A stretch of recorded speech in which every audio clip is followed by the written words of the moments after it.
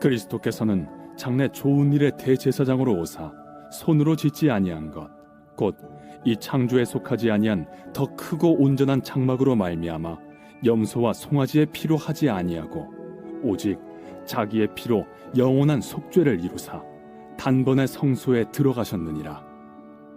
염소와 황소의 피와 및 암송아지의 죄를 부정한 자에게 뿌려 그 육체를 정결하게 하여 거룩하게 하거든. 하물며 영원하신 성령으로 말미암아 흠없는 자기를 하나님께 드린 그리스도의 피가 어찌 너희 양심을 죽은 행실에서 깨끗하게 하고 살아계신 하나님을 섬기게 하지 못하겠느냐. 이로 말미암아 그는 새 언약의 중보자시니 이는 첫 언약 때에 범한 죄에서 속량하려고 죽으사 부르심을 입은 자로 하여금 영원한 기업의 약속을 얻게 하려 하심이라. 유언은 유언한 자가 죽어야 되나니 유언은 그 사람이 죽은 후에야 유효한즉 유언한 자가 살아있는 동안에는 효력이 없느니라. 이러므로 첫 언약도 피 없이 세운 것이 아니니 모세가 율법대로 모든 계명을 온 백성에게 말한 후에 송아지와 염소의 피 및 물과 붉은 양털과 우슬초를 취하여 그 두루마리와 온 백성에게 뿌리며 이르되 이는 하나님이 너희에게 명하신 언약의 피라. 또한 이와 같이 피를 장막과 섬기는 일에 쓰는 모든 그릇에 뿌렸느니라. 율법을 따라 거의 모든 물건이 피로써 정결하게 되나니 피 흘림이 없은즉 사함이 없느니라.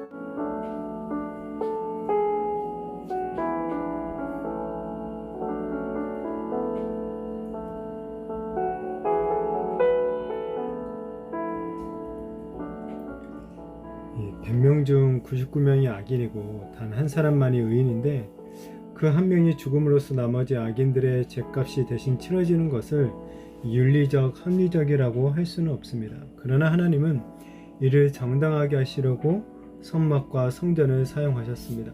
이 1000년 동안 성소에서 이뤄진 제사는 의인 한 명이 모든 악인을 위해 죗값을 치른 선례들이었죠. 이 성소의 구조와 대제사장만이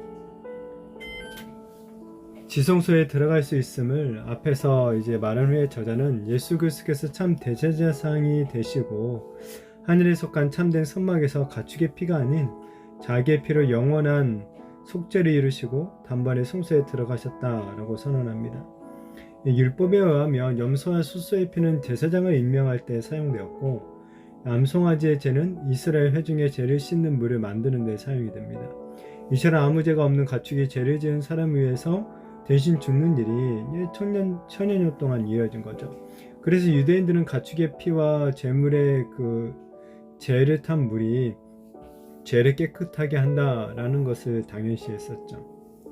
그렇다면 이 가축의 피보다 이런 가축의 피보다 훨씬 더 고귀하신 예수 그리스도의 피가 사람의 양심을 깨끗하게 하고 하나님을 섬기게 하는데 이 효력이 없을 리가 없는 거죠. 저자는 예수님이 새 언약의 중보자이시고 첫 언약 때 범한 죄, 즉 아담이 하나님 앞에서 불순종했던 죄를 속량하심으로써 그 죄의 뿌리까지 온전히 그 대가를 치르셨다라고 가르쳐주고 있죠.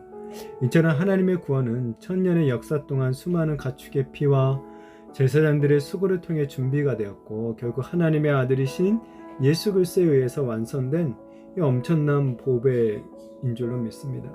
우리는 이 엄청난 은혜에 대한 감격을 잊어버리고 사는 경우가 너무나도 많이 있죠.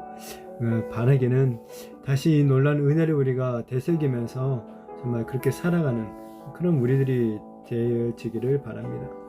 가끔 우리들은 어떤 사람들은 하나님이 가지신 권위를 가지고 그냥 내가 너희의 죄를 용서한다 라고 선포하기만 하면 됐지 왜 굳이 하나님의 아들이 사람이 되어서 비참하게 이 죽기까지 해야 됐는지 그런 의문들을 갖게 되죠. 저자는 마치 이 질문에 지금 대답을 하려는 듯이 유언이 효력을 갖기 위해서는 유언한 사람이 죽어야 한다라는 이것을 말하죠. 그러니까 이처럼 언약의 피, 그러니까 죽음이 없이는 효력이 없다라고 강조하고 있는 거예요. 그만큼 이것은 또한 죄가 간단하게 해결할 수 있는 그런 문제의 성질이 아니라는 것을 얘기하고 있죠. 하나님이 죄인인 우리 인간과 이 언약을 맺으실 때는 피 뿌림이 늘 있었어요. 신의 산에서도 모세가 송아지와 염소의 피를 하나님의 말씀과 온 백성에게 뿌림으로써 그 언약이 체결이 되었고, 이후에 선막이 만들었을 때도 피가 동일하게 뿌려졌었죠. 그러면서 이제 저자는 오늘 결론적으로 뭐라고 합니까? 피 흘림이 없은즉 사함도 없다라고 단정을 하죠.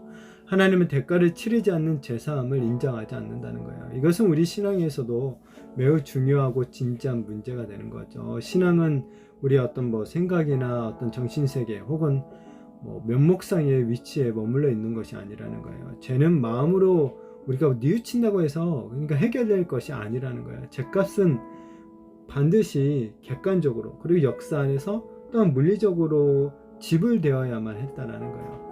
근데 문제는 뭡니까? 인간의 역사상 그 누구도 이런 인류의 이 죄값을, 아니 사실 자신의 그 죄값 하나도 치를 수 있을 만한 그런 존재가 없었다라는 거죠.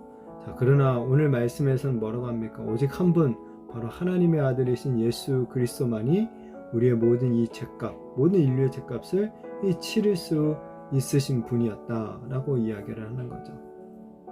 그리고 솔직하게, 그리고 합리적, 이성적으로 우리가 생각하면 진리 자체이신 하나님은 죄를 지은 우리 인간을 그냥 진멸하셔도 사실 뭐라고 할 말이 없는 거죠. 이건 마땅한 일이에요, 어쩌면.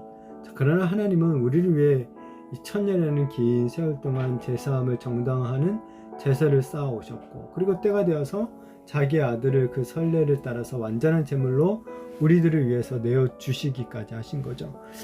예수님은 이전에 드렸던 수많은 제물들보다 훨씬 더 비참하고 억울하지만, 그러나 훨씬 더 순수히 제물이 되어심으로 말미암아 우리의 모든 죄값을 치러주셨죠. 이 놀라운 제사함의 은혜를 우리가 좀 날마다 되새기면서 하나님께 이 감사와 영광을, 찬송을 올려드리면서 살아가게 되는 그런 우리들이 되어지기를 축복합니다. 그래서 정말 우리 예수님께서 우리를 위해서 행하신 그 놀라운 이 보혈의 공로를 우리가 날마다 더욱더 의지하며, 그 보혈의 공로를 날마다 또한 찬양하면서 살아가게 되는 저 우리 모든 성도님들이 되시기를 예수님의 이름으로 축복합니다.